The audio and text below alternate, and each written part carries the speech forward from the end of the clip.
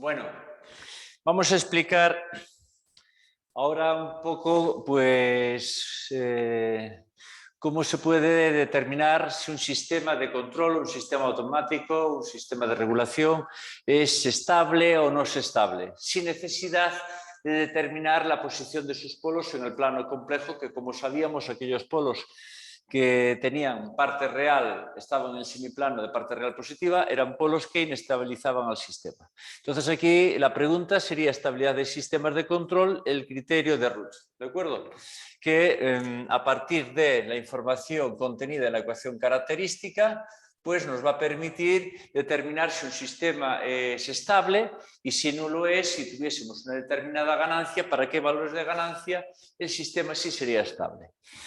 Sea una ecuación característica de un sistema de control, por ejemplo, a su 0 s elevado a n más a su 1 s elevado a n menos 1 más a su 2 s elevado a n menos 2, puntos suspensivos a su n. ¿De acuerdo?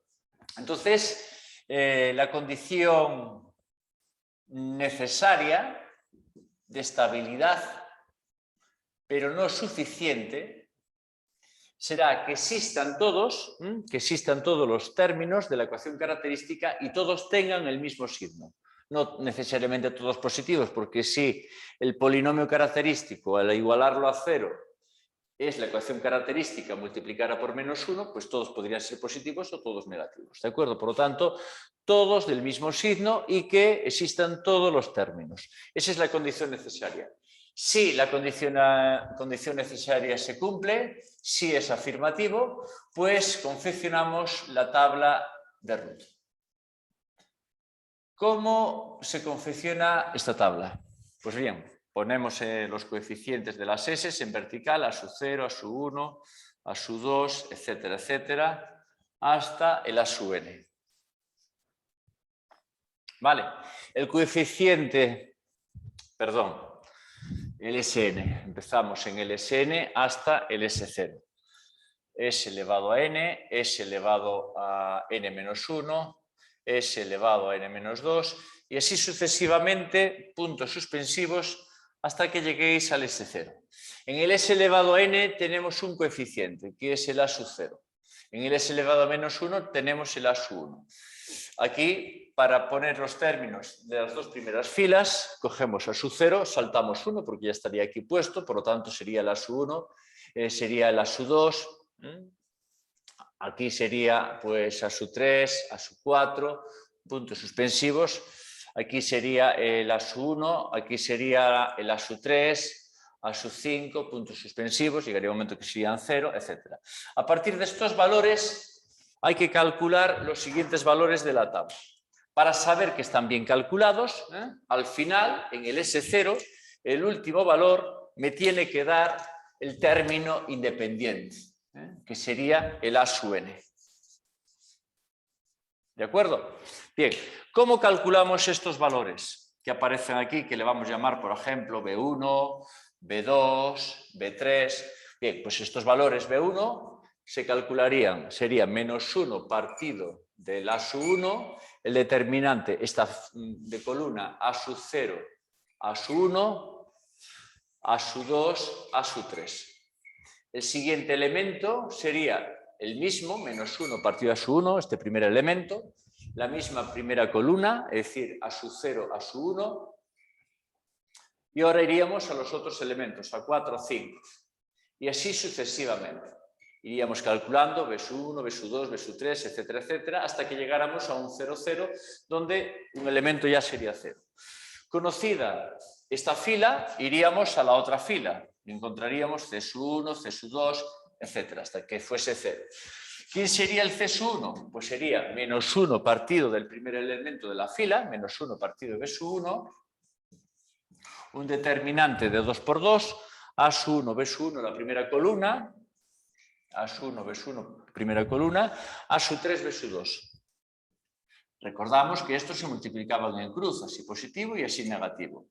El C sub 2, ¿cuál sería el C sub 2? Lo mismo, C sub 2 menos 1 partido del B1, que sería el primer elemento, menos 1 partido por B1, la primera columna igual a su 1, B su 1, A su 1, B su 1, y después nos iríamos, si aquí teníamos A su 3, B su 2, sería el A su 5, B su 3. Y así sucesivamente. Y como digo, si esto está bien resuelto, el A su n sería el resultado que nos daría al resolverlo. ¿De acuerdo? Bien, confeccionada la tabla de Ruth, nos fijaríamos en esta primera columna. ¿De acuerdo? En esta primera columna podríamos afirmar lo siguiente: que el número de cambios de signo, es decir, aquí hay que ver si son positivos o si uno de ellos es negativo. Si, por ejemplo, el B1 fuese negativo, pues aquí habría un cambio de signo de positivo a negativo y de negativo a positivo. Entonces, digamos que el número de cambios de signo en la primera columna de la tabla de Ruth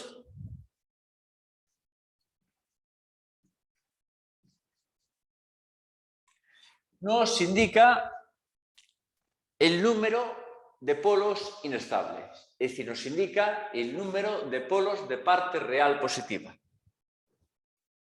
Esto es igual al número de polos de parte real positiva.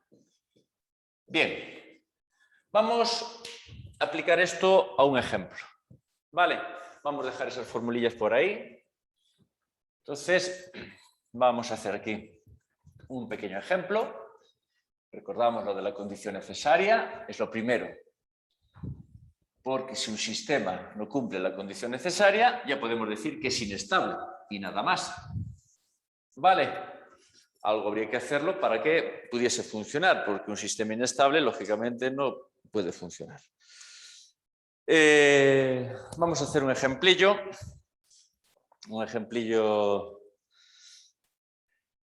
sencillo.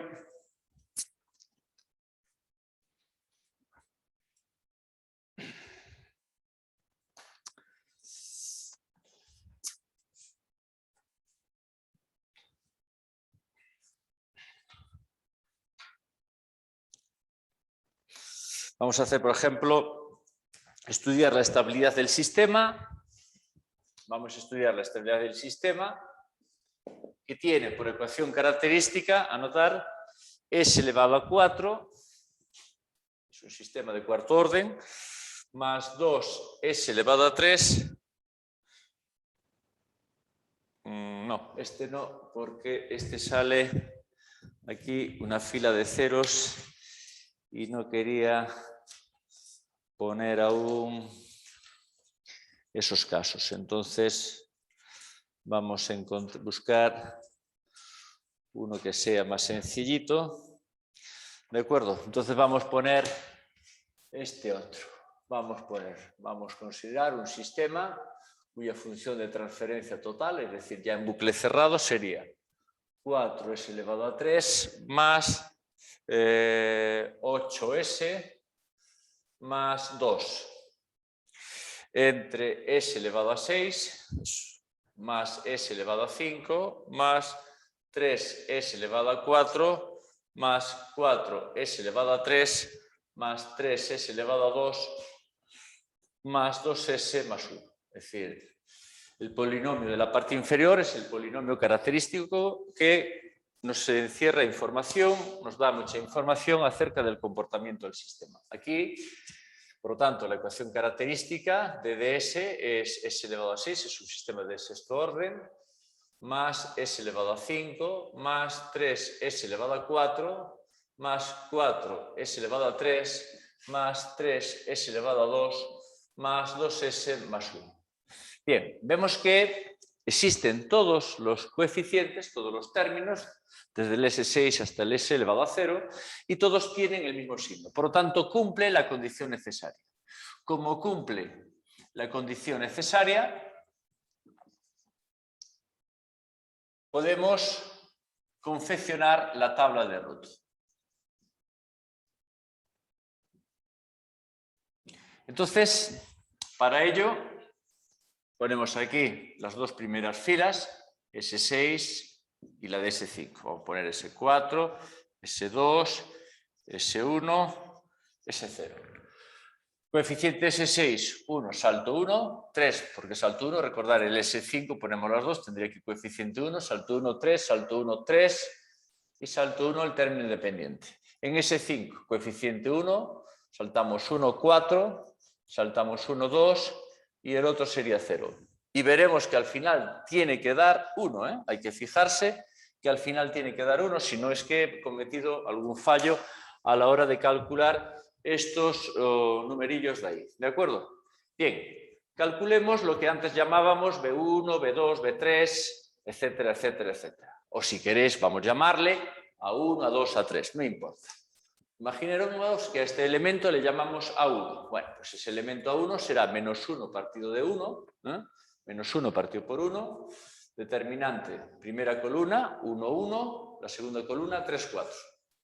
Se multiplican en cruz, es decir, sería menos 1 por 4, 4, menos 3, 4 menos 3, 1, y me quedaría menos 1. Por lo tanto, aquí tendríamos un número negativo, menos 1. Vamos a indicarlo con otro color, para indicar lo que serían datos, y lo que serían valores obtenidos. Esto también sería un valor obtenido que, como digo, a modo de comprobación debe coincidir con el término independiente, menos 1. En cuanto a su2, sería menos 1. El A2 sería menos 1 partido de 1, este 1 de aquí, 1. Primera columna, 1, 1, y la siguiente columna, 3, 2. Entonces, operamos, me queda 2 menos 3, que sería menos 1, con el menos me quedaría más 1. Y tendríamos otro elemento aquí calculado, que vale 1. El siguiente elemento, que le llamaremos A3, que va ahí, sería, como antes, menos 1 partido por 1. La primera columna es la misma, 1, 1, y ahora sería la columna 1, 0. Entonces sería 1, 1 y 1, 0. Que sería menos 1, que multiplica esto 0 y esto es menos 1. Menos por menos más, y tendríamos aquí un 1. Lógicamente ahora ya vendría 0. ¿Por qué? Porque la siguiente columna aquí ya no hay nada, 0, 0. Es decir, ahí ya se ha terminado menos 3 menos 1 partido de 1, 1, 1, 0, 0. Y ya tendríamos este elemento que sería 0. Siguiendo la misma mecánica, calcularíamos los siguientes elementos de esta fila, donde ahora sería menos 1 partido de este menos 1. Es decir, el número B1 sería menos 1 partido de este número, este primer elemento de esa fila, menos 1, primera columna, 1 menos 1, segunda columna, 4, 1. Entonces sería 1 menos 1, 4, 1. Menos entre menos más, esto sería 1, menos 4, menos por menos, este es negativo, sería más 4. Entonces sería 1 más 4, que sería 5. Entonces este número sería 5. El siguiente elemento, B sub 2, sería lo mismo, menos 1 partido por menos 1, la primera columna lo mismo, menos 1, 1 menos 1 y 4, 1. Operamos, esto me queda positivo y esto sería 1 menos 4 más 4. A ver, que estoy fallando, que estoy aquí, me estoy metiendo la pata, esto sería 2, 1. Por lo tanto, esto sería 1 más 2, que sería 3. Por lo tanto, aquí obtendríamos el elemento número 3. Bien, vamos a borrar por aquí.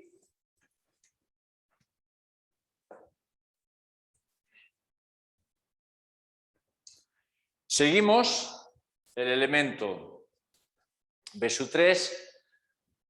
Aquí ahora ya sería 0, ¿no? Sería menos 1 partido del menos 1. Primera columna, 1 menos 1, siempre la misma. Ya hemos visto el 2, 1 y ahora sería el 0, 0 y ya se ha terminado, ¿no? El elemento sería nulo. Vemos que se va triangulando la tabla. Vamos a la fila del s elevado a 1, vamos a llamarle C1 ese elemento. Empezaríamos, menos 1 partido de 5, determinante 2 por 2, primera columna menos 1, 5, y segunda columna 1, 3.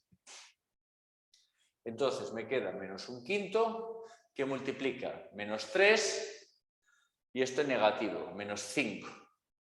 5, 6, 7, 8, menos 8 por menos más 8 quintos. Por lo tanto, el primer elemento del s elevado a 1 sería 8 quintos. En cuanto al segundo elemento, que sería el, llamémosle C sub 2, la primera columna pues igual, el menos 1, 5, y la segunda columna sería la 1, 0. Entonces sería menos 1, 5 y 1, 0. Operamos, menos 1 partido por 5, esto sería 0, y esto es negativo, menos 5, menos por menos más, al final nos daría 1. ¿Vale? Y ya el otro elemento ya nos daría 0, porque es evidente que ya sería la columna, ya sería 0, 0, y entonces ya el otro elemento sería 0. ¿Vale? Si hacemos la tercera columna, vamos a ver, es decir, en el último caso, que sería BCD, vamos a llamarle D1, sería menos 1 partido de 8 quintos, el determinante 5, 8 quintos, 3, 1. Entonces, si operáis aquí, os tendría que dar 1, ¿de acuerdo? Debía dar 1, salvo que fallara en algo. Entonces esto sería menos 5 partido por 8, ¿no? Multiplicamos en cruz, esto sería 5 menos 3 por 8 quintos, ¿no? Que sería menos 5 partido por 8, mínimo con un múltiplo, 5, y aquí me quedaría 25, 8 por 2, 16, 8 por 2, 16, 8 por 3, 24, ¿no? Entonces nos quedaría 5 entre 5, ¿no? Entonces sería 25, 24, me quedaría un 1. 25 me quedaría un octavo. Y vemos que no está. Entonces ahí seguro que he metido la pata en alguna de las cuentas. 8 quintos, S4, S6, S5, S4. Ah, mira, me he metido la pata porque me había colado un S3, me había colado, ahora va un S2. Aquí aún va un S1 y aquí, ¿veis? Me había S5. S0, ¿vale?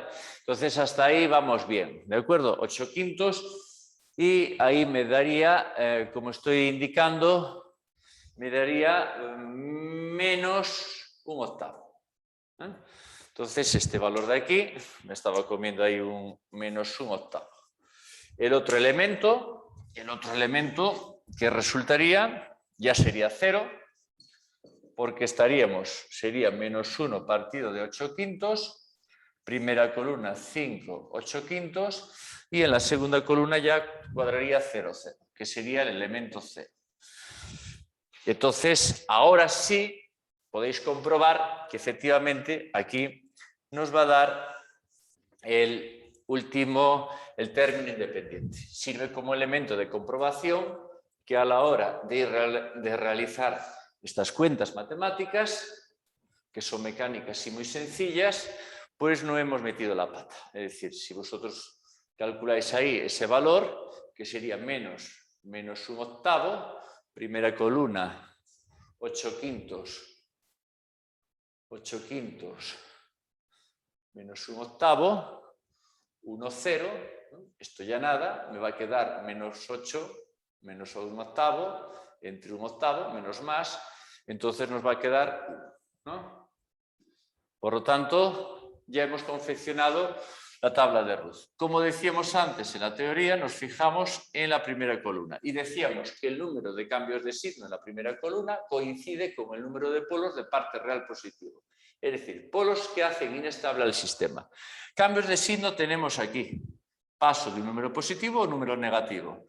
Y de un número negativo a un número positivo. Aquí un número positivo a un número negativo y de un número negativo a un número positivo. Es decir, podemos afirmar que existen 4 cambios de signo en la primera columna. ¿Eso qué implica?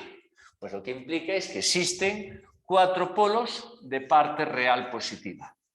Por lo tanto, sistema inestable. Entonces, existen 4 polos de parte real positiva, por lo tanto, sistema inestable. ¿De acuerdo? Por lo tanto, ya vemos cómo aplicar el criterio de ruta. Es importante mencionar una serie de casos particulares. Bueno, antes de mencionar los casos particulares, vamos a hacer un ejercicio en el cual nos dan una determinada ganancia y tenemos que determinar los valores de esa ganancia para los cuales el sistema es estable. Es decir, si la ganancia se escapara de ese margen de valores, el sistema sería inestable. Recordamos que un sistema de control es estable cuando la salida del mismo tiende a un valor finito, ¿no? Es decir, cuando la salida en régimen estacionario permanente tiende a un valor finito. Estamos controlando la presión de un depósito, no puede tender a infinito porque reventarían las paredes del depósito, ¿de acuerdo? Bien, entonces vamos a hacer un ejercicio en el cual nos pidan determinar el valor de K para el cual el sistema es estable. Entonces vamos a hacer este ejercicio de aquí. Vamos a considerar este sistema de control que viene dado, es un sistema con realimentación unitaria, negativa, salida IDS, entrada RDS y tenemos, vamos a ponerlo de esta forma, tenemos aquí una ganancia K y a continuación esta función de transferencia, tenemos ahí un 0, S más 8 y tenemos aquí S menos 1, S más 3,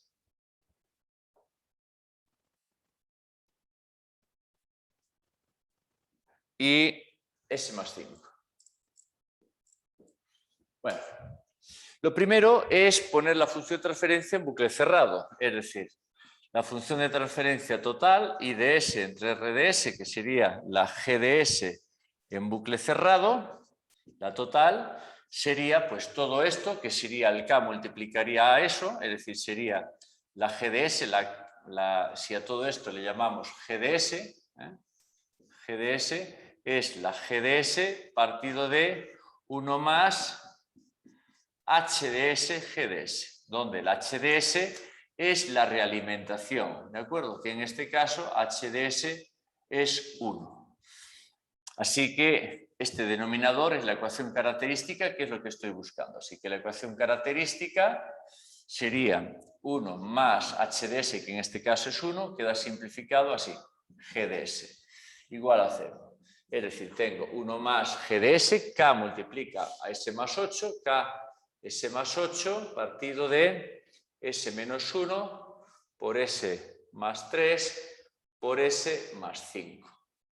Igual a 0. Multiplico numerador y el numerador, ambos miembros, por esto, 0 por 0 es 0, entonces me va a quedar S menos 1 por S más 3 por S más 5 más K por S más 8 igual a 0.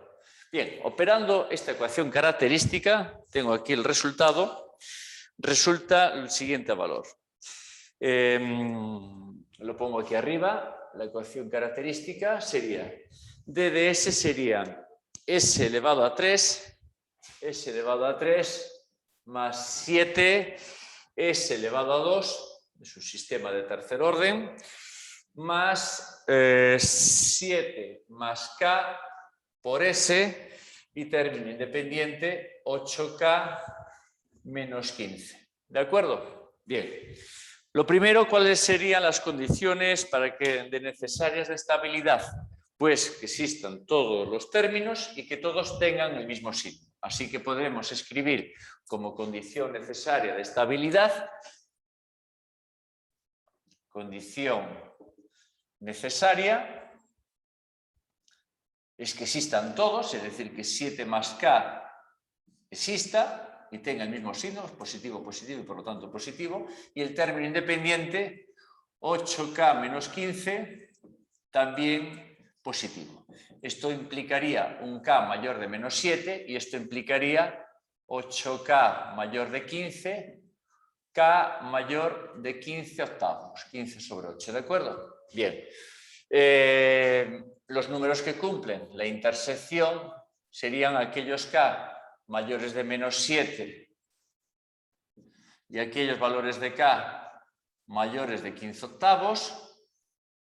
Es lógico ver que la intersección serían los k mayores de 15 octavos. Por lo tanto, la condición necesaria queda reducida a una ganancia k mayor de 15 octavos. Ahora bien, podemos empezar a confeccionar la tabla de Root.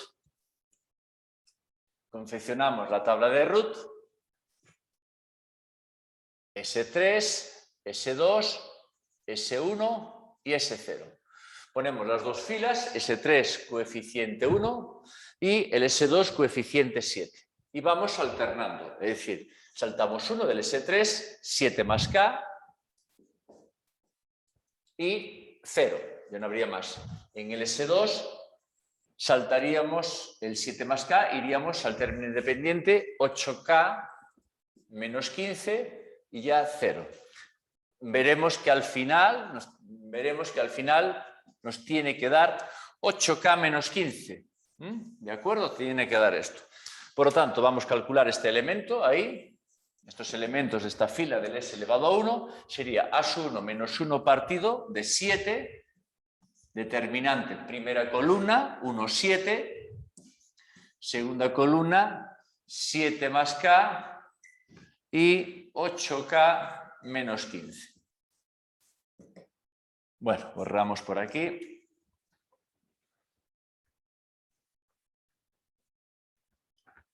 Entonces, si operamos eso, me queda menos 1 partido por 7, tendríamos 8K menos 15, menos 7 que multiplica a 7 más K. ¿De acuerdo? Bien, si operáis eso, os dará 64 menos K partido por 7. ¿De acuerdo? Operáis esto, 7K, 7 por 7, 49. ¿Cuánto he dicho? 64 menos K partido por 7. 64 menos K, 64 menos K partido por 7. Fijaros que aquí tenemos 8K y aquí menos 7K. Es decir, y con el menos me queda menos K partido de 7. Y aquí el 64, que es 7 por 7, con menos y sumándole 15. Entonces tendríamos ahí 64 menos K, 64 menos K partido por 7. El otro elemento sería A2, pues de la misma forma, menos 1 partido por 7. La primera columna, 1, 7. Y ya sería 0, 0. De manera que el siguiente elemento de esa fila sería 0. Entonces, la condición necesaria y suficiente de estabilidad que nos da este criterio de Root es que la primera fila, todos los elementos sean positivos. Por lo tanto, para que todos los elementos sean positivos, 64 menos K partido por 7 debe ser positivo, el número 7 es un número positivo. Concluimos que el numerador, 64 menos K, debe ser un número positivo. ¿De acuerdo? Por lo tanto, esa desigualdad, despejando, tenemos menos K debe ser mayor de menos 64. Para cambiar el signo, tenemos que cambiar el signo de la desigualdad. Por lo tanto, K menor de 64. Por otro lado, tenemos esta condición de aquí, que si resolvierais el otro elemento, veríais que es 8K menos 15. Pues 8K menos 15, mayor que 0, tendríamos 8K mayor de 15, es decir, K mayor de 15 octavos, que era ya la condición necesaria. ¿De acuerdo? Por lo tanto, ¿qué valores de K deben cumplir? Pues la K debe ser menor de 64 y debe ser mayor de 15 octavos. ¿De acuerdo? Esos serían los valores de la ganancia para que este sistema de control que habíamos descrito anteriormente fuese estable.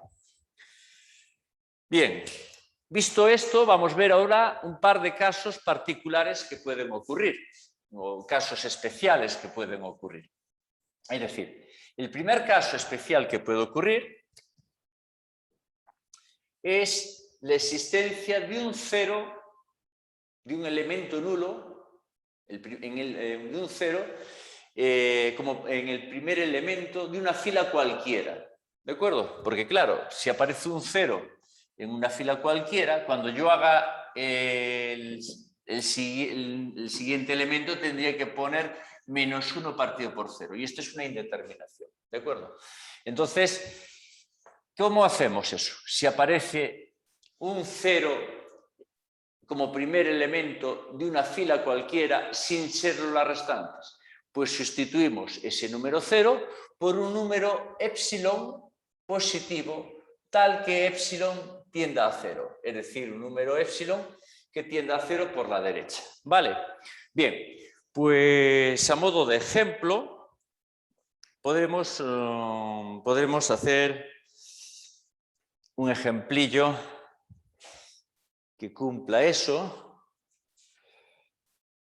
Vamos a hacer este sencillo, que sería estudiar la estabilidad del sistema de ecuación característica d de s igual, anotamos, s elevado a 4 más 2s elevado a 3 más 4s elevado a 2 más 8s más 5.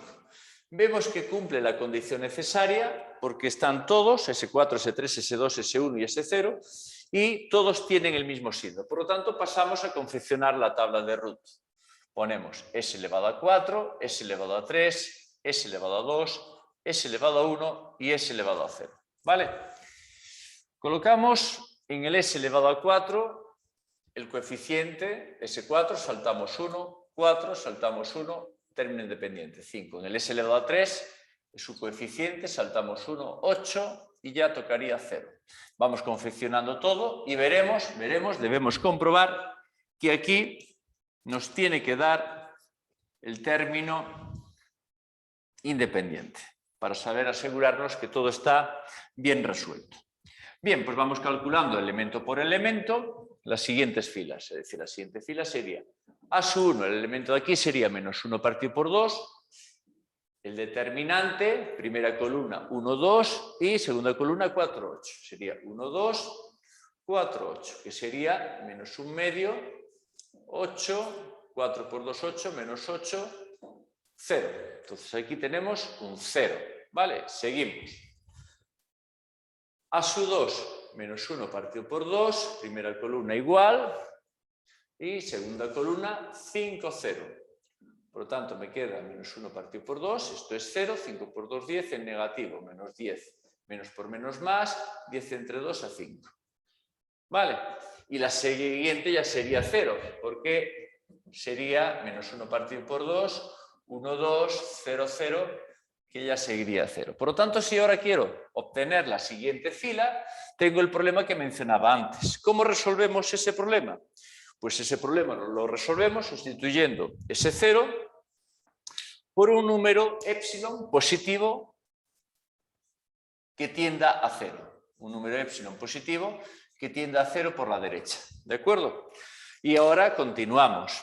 Por ejemplo, el número B1. ¿Cómo sería el número B1? Sería -1 partido de epsilon, primera columna 2 epsilon, 8, 5. Así que tendríamos -1 partido por epsilon, 5 por 2, 10, menos 8 epsilon. O lo que es lo mismo, cambio el signo, 8 epsilon menos 10 partido de epsilon. Entonces tendríamos aquí 8 epsilon menos 10 partido por epsilon. El B2 sería -1 partido por epsilon, 2 epsilon, 2 epsilon y 0, 0. Ya sería 0. Vale. Bien. El criterio de Root establecía que un sistema sería estable si no existía ningún cambio de signo en la primera columna de la tabla. Para saber si existe un cambio de signo hay que ver si este elemento de aquí es positivo o negativo. El anterior no, es positivo porque es un número epsilon que tiende a 0, pero positivo, es decir, tiende por la derecha. Entonces, para ello tenemos que determinar el límite de 8 epsilon menos 10 partido de epsilon cuando epsilon tiende a 0. Por lo tanto, esto tiende a menos 10 y esto tiende a 0. Por lo tanto, esto tiende a menos infinito. Así que este número tiende a menos infinito según lo que tenemos aquí indicado. Así que existen dos cambios de signo. Es decir, pasamos de este número epsilon positivo a este negativo, menos infinito, y de este a este. No he calculado este siguiente, pero si lo calcularéis os daría 5. Así que podemos afirmar, pues podemos afirmar que existen dos cambios de signo en la primera columna. ¿Qué implica? Pues implica que existen dos polos situados en la parte real positiva, dos polos inestables. ¿Qué significa? Que el sistema es inestable. ¿De acuerdo? Bueno, pues está comentado este caso especial. Un segundo caso especial muy importante, es la existencia de toda una fila de ceros. ¿De acuerdo? Bien, pues la existencia, podemos tomar nota, de una fila de ceros implica la existencia de polos situados de forma simétrica respecto al origen. Si este es el eje imaginario y este es el eje real, podríamos tener esta situación de tener aquí polos simétricos respecto al origen, o aquí, J omega D, recordamos omega D era la frecuencia angular amortiguada, parte imaginaria, eje real, o podríamos tener polos con su parte real y su parte imaginaria, pero siempre, como digo, situados de forma simétrica respecto al origen, ¿de acuerdo? Podríamos tener esta situación donde tenemos aquí estos polos, menos sigma, J omega D, menos J omega D. Podríamos tener aquí estos polos aquí, menos sigma más sigma. Es decir, estos polos serían más menos sigma más menos J omega D. ¿Vale? Bien. Por lo tanto, la existencia de una fila de ceros en la tabla de Root indica la existencia de raíces de polos situados de forma simétrica respecto al origen. Si aparece esa fila de ceros, ¿cómo podemos calcular la siguiente?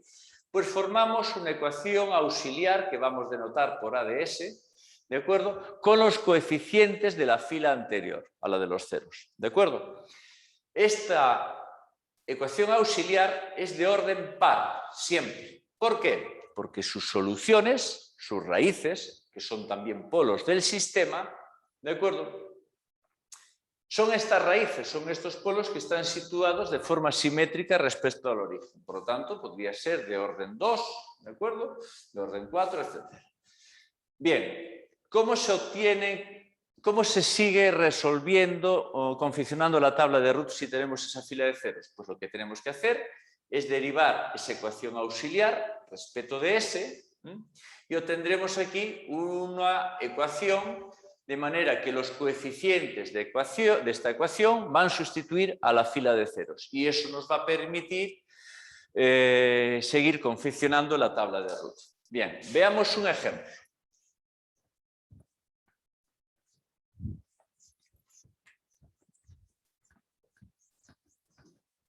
Bien. Vamos a poner como ejemplo de la aparición de una fila de ceros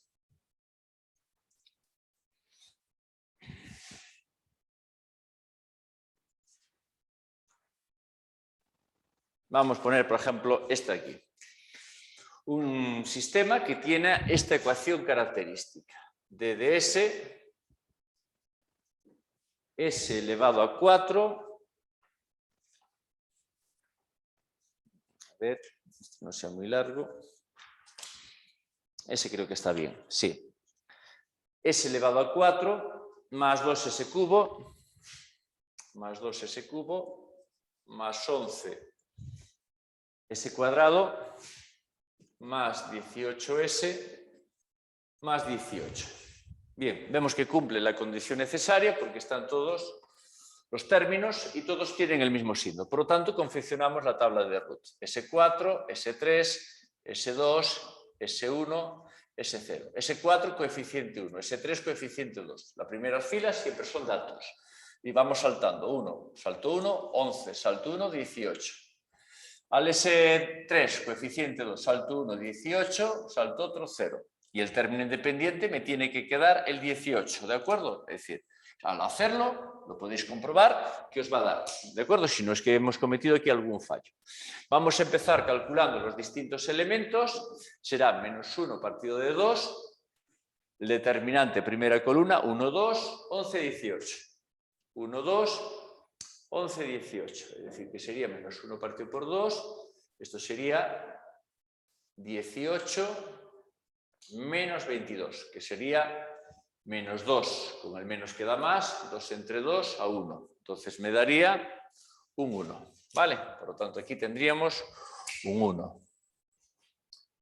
Vamos, el otro elemento sería A2 menos 1 partido por 2, la primera columna igual, 1, 2, y ahora 18, 0. ¿Vale? 18, 0. Por lo tanto, me quedaría menos 1 partido por 2, esto 0, y esto es negativo, ¿no? 8 por 2, 16, 2 por menos 2, 36, menos 36, menos por menos más, quedaría 36 entre 2, ¿de acuerdo?